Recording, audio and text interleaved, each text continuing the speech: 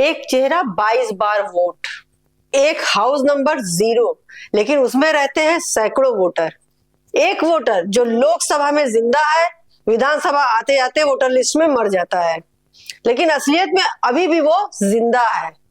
और एक Brazilian model जो कभी हिंदुस्तान आई ही नहीं, लेकिन आरोप है कि उसने हरियाणा के चुनाव में 10 बूथों पर 22 बार वोट डाल दिया। ये किसी सस्पेंस थ्रिलर फिल्म की कहानी नहीं, बल्कि भारतीय लोकतंत्र पर लगे सबसे सनसनीखेज आरोपों में से एक की झलक है। ये कहानी है कांग्रेस नेता राहुल गांधी के हाइड्रोजन बम की, जिसने देश की सियासत में भूचाल फैला दिया है। और कहानी है उस बम की हकीकत की जो आरोपों के शोर में जमीनी सच्चाई के बीच कहीं खो सी गई है। तो आज हम परत दर परत इस पूरे मामले को समझेंगे। क्या सच में हरियाणा में 25 लाख वोट चोरी हुए? क्या ये फिर सिर्फ एक साजिश थी, या फिर ये क्लेरिकल मिस्टेक्स यानी लिखा पढ़ी की गलतियां थी जिन्हें सियासत के रंग में रंग दिया गया? चलिए शुरू करते हैं ये पड़ताल।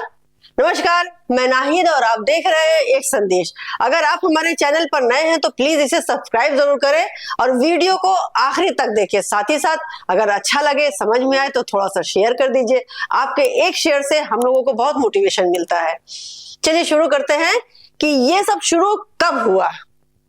ये सब शुरू हुआ बिहार चुनाव के पहले फेज की वोटिंग से ठीक एक दिन पहले।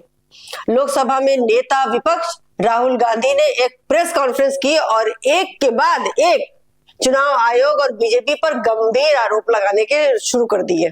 उनका सबसे बड़ा दावा था कि 2024 के हरियाणा विधानसभा चुनाव में बड़े स्तर पर वोट चोरी हुई है।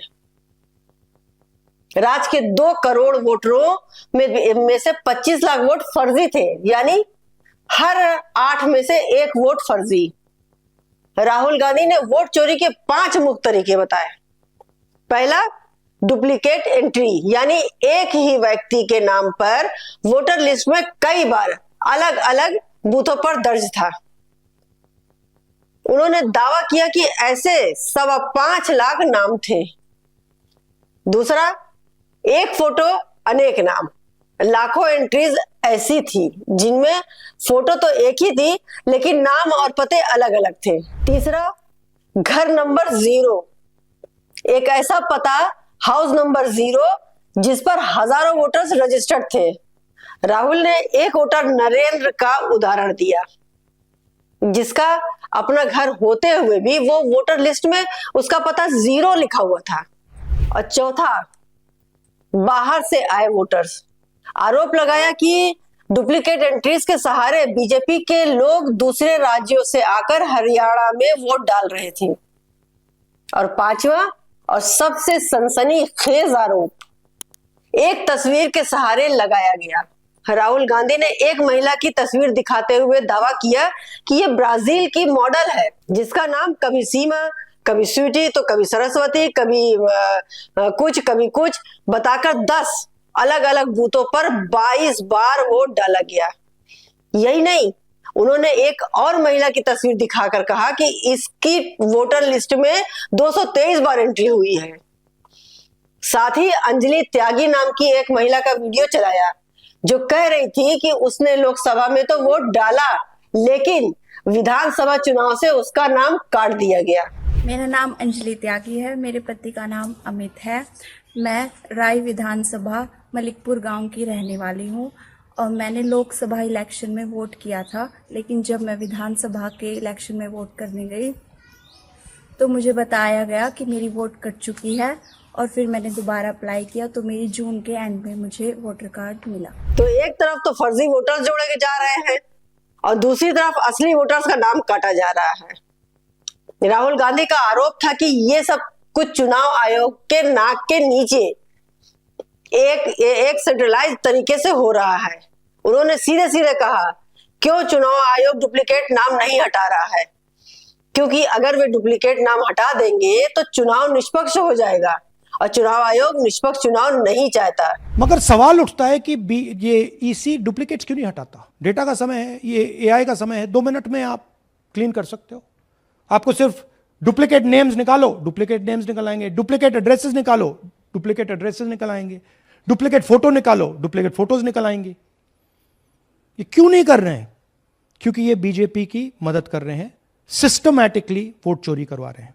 ये एक बहुत बड़ा आरोप था विपक्ष के नेता का देश की संवैधानिक संस्था पर सीधा हमला। यहां तक कि उन्होंने बिहार चुनाव में भी वोट चोरी की कोशिश का दावा किया। राहुल गांधी के हाइड्रोजन बम के बाद सियासत तो इस कदर गर्मा गई है, लेकिन जब इस धमाके का धुआं छटा और पत्रकार जमीन पर हकीकत जानने उतरे तो कहानी ने बिल्कुल नया और हैरान करने वाला मोड़ ले लिया। जिन वोटर कार्ड्स को दिखाकर राहुल गांधी वोट चोरी का दावा कर रहे थे, कुछ निजी मीडिया उन्हें चेहरों तक पहुंच गई, उन्हीं चेहरों तक जिनको कि राहुल गांधी ने दिखाया। तो मिलिए एक पिंकी जोगिंदर कौशिक से। ये उन महिलाओं में से एक है जिनके वोटर कार्ड पर उस ब्राजीलियन मॉडल की तस्वीर थी। जब उनसे पूछा गया कि उनका वोट चोरी हुआ, तो उन्होंने कहा, जब मैंने वोटर कार्ड के लिए अप्लाई किया था तो वो गलत फोटो के साथ आया, हमने उसे तुरंत वापस कर दिया, लेकिन सही कॉपी अभी तक नहीं मिली। 2024 के चुनाव में मैंने अपनी वोटर लिस्ट स्लिप और आधार कार्ड से वोट डाला था, कोई वोट चोरी नहीं हुई है। यही कहानी दूसरे वोटर मुनीश देवी के परिवार की थी। उनके देवर सुनील कुमार ने कैमरे पर कहा, मैं अपनी माँ और भाभी को एक साथ वोट डलवाने ले गया था। उन्होंने सन 2024 में अपना वोट खुद डाला था, कोई वोट चोरी नहीं हुई है। ये वो वोटर कार्ड पर फोटो की गड़बड़ी थी, ये इलेक्शन ऑफिस की मिस्टेक है, हमारी नहीं। तो यहाँ एक नई बात सामने आई, वोट चोरी नहीं बल्कि वोटर कार्ड पर गलत फोटो। जिन लोगों के नाम पर वोट चोरी का आरोप था वो खुद कह रहे हैं कि वोट तो हमने ही डाला है। तो क्या ये एक संगठित धोखाधड़ी थी या फिर सिस्टम की एक बहुत बड़ी प्रशासनिक विफलता? और उस ब्राजीलियन मॉडल का क्या, जिसकी तस्वीर ने पूरे देश में हंगामा मचा दिया? जिस मॉडल की तस्वीर को लेकर इतना बवाल मचा वो खुद सामने आ गई। उनका नाम लॉरिसा है। एक वीडियो रिलीज करते हुए उन्होंने बताया कि मेरा भारत की राजनीति से कोई लेना देना नहीं है, मेरी तस्वीर एक स्टॉक इमेज प्लेटफॉर्म से खरीदी गई थी, मैं कभी भारत नहीं गई, मैं ब्राजील की मॉडल हूं और अब तो मैं मॉडलिंग भी नहीं करती, ये फोटो बहुत पुरानी है। लॉरिसा ने मजाक में यह भी कहा कि वो अब भारत में फेमस हो जाएंगी एक स्टॉक फोटो से, जो 8 साल से इंटरनेट पर घूम रही थी, अचानक भारत के सबसे बड़े पॉलिटिकल कंट्रोवर्सी का चेहरा बन गई। ये दिखाता है कि कैसे डिजिटल युग में एक छोटी सी चीज भी एक बड़ी सियासी तूफान खड़ा कर सकती है। जैसे जैसे इस कहानी की परतें खुल रही थी, सियासी बयानबाजी भी तेज हो रही थी। सबसे पहले जवाब आया चुनाव आयोग की तरफ से, सूत्रों के हवाले से और हरियाणा मुख्य चुनाव अधिकारी के एक्स हैंडल से राहुल के हर आरोपों का बिंदुवार जवाब देने की कोशिश की गई। चुनाव आयोग ने कहा ड्राफ्ट वोटर लिस्ट सभी पार्टियों ने शेयर की गई थी, तब किसी ने आपत्ति क्यों नहीं जताई? अगर डुप्लीकेट एंट्री थी तो बूथ पर मौजूद पार्टियों के एजेंट क्यों सो रहे थे? उन्होंने चैलेंज क्यों नहीं किया? और हाउस नंबर 0 का मतलब फर्जी वोटर नहीं होता है, ये उन लोगों के लिए होता है जिनके घरों को आधिकारिक नंबर नहीं मिला या जो बेघर है। इसके बाद मैदान में उतरी बीजेपी। केंद्रीय मंत्री किरेन रिजिजू ने प्रेस कॉन्फ्रेंस करके राहुल गांधी पर हमला बोला। राहुल गांधी विदेश जाते हैं और देश की लोकतांत्रिक संस्थाओं को बदनाम करते हैं। अगर गड़बड़ी हुई है तो अदालत जाइए, इलेक्शन कमीशन में अपील कीजिए, बस प्रेस कॉन्फ्रेंस करेंगे, कोई प्रेजेंटेशन दिखाएंगे और भाग जाएंगे। क्या लोकतंत्र ऐसे चलेगा? सबसे पहले तो अभी 1 घंटे पहले हमने सुना नेता प्रतिपक्ष श्रीमान राहुल गांधी ने फिर से कुछ ऐसे बातें जो अपना विफलता को छुपाने के लिए प्रेस को एड्रेस किया।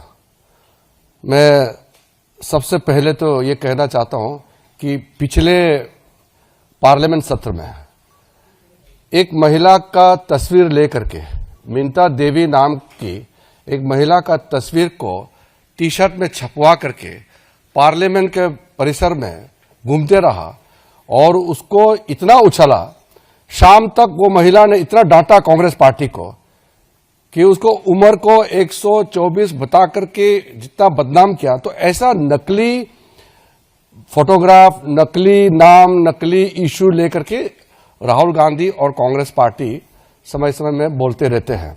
फजूल के बातें लेकर के एक प्रस्तुतिकरण किया है, मैं उस पर नहीं जाना चाहता हूं बिकॉज सब फर्जी था। और कुछ विदेशी महिला का नाम जिक्र कर रहे थे वो। अब चुनाव के समय वो विदेश जाता है, पार्लियामेंट चलते समय राहुल गांधी छुपके से कंबोडिया निकल जाता है, थाईलैंड निकल जाता है। बिहार में चुनाव प्रचार चल रहा है, वो कोलंबिया चले गए। तो वो विदेश जाते रहते हैं, तो उसको विदेश से जो उसको प्रेरणा मिलता है उसको लेकर के उसके कुछ टीम है वो क्या तैयारी करते हैं उनको दे देता है, फिर आपका समय को बर्बाद करते हैं। नेता प्रतिपक्ष सीरियस मुद्दे पे बात करना चाहिए, फजूल के बातें पे समय व्यर्थ नहीं करना चाहिए, ये मेरा उनको पहला सुझाव है। हरियाणा के मुख्यमंत्री नायाब सिंह सैनी ने भी राहुल गांधी पर देश को गुमराह करने का आरोप लगाया। देश को गुमराह करने का काम राहुल गांधी कर रहे हैं। यानी कांग्रेस कह रही है वोट चोरी हुई है, बीजेपी कह रही है देश को बदनाम किया जा रहा है, और चुनाव आयोग कह रहा है सब कुछ नियमों के तहत हुआ है। तो इस पूरे आरोप प्रत्यारोप के खेल में असल सवाल क्या है? चलिए एक पल के लिए मान लेते हैं कि ये एक वोट चोरी नहीं बल्कि एक वोटर लिस्ट बनाने में हुई भारी क्लेरिकल मिस्टेक थी। तो सवाल उठता है कि हमारा सिस्टम इतना लाचार क्यों है कि किसी वोटर के कार्ड पर किसी ब्राजीलियन मॉडल की तस्वीर छप जाए और किसी को पता भी ना चले। मतलब ऑफिस में भी क्या ऐसा होता है कि जो कि जहां पर ये सारे इलेक्शन कमीशन के सारे वोट बनते हैं, सारे कार्ड बनते हैं, वहां पर नेट से उठा के कोई भी फोटो चिपका दिया जाए।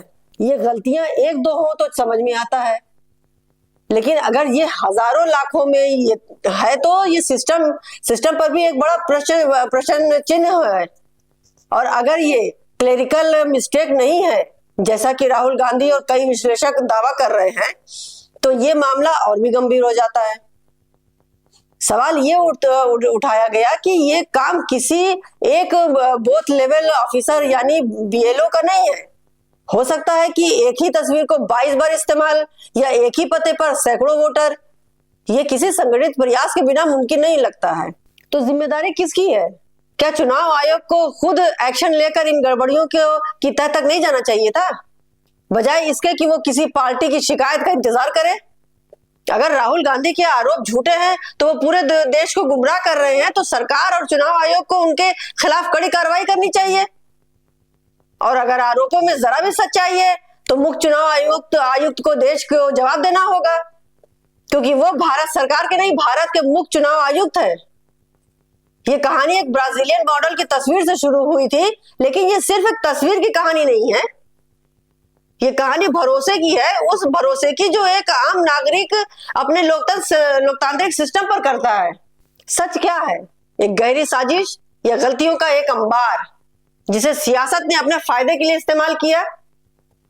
इसका जवाब मिलना बहुत जरूरी है, क्योंकि जब तक ये जवाब नहीं मिलता तब तक हर वोटर के मन में ये एक सवाल उठता रहेगा कि उसने जो बटन दबाया क्या उसकी गिनती सही जगह हुई या नहीं। फिलहाल आज के लिए बस इतना ही। फिर आपसे मुलाकात होगी और आपके सामने रूबरू होंगे किसी और कहानी को लेकर सोचने पर मजबूर कर देने वाली खबरों के साथ। तब तक जुड़े रहिए हमारे साथ और देखते रहिए एक संदेश। नमस्कार, जय हिंद।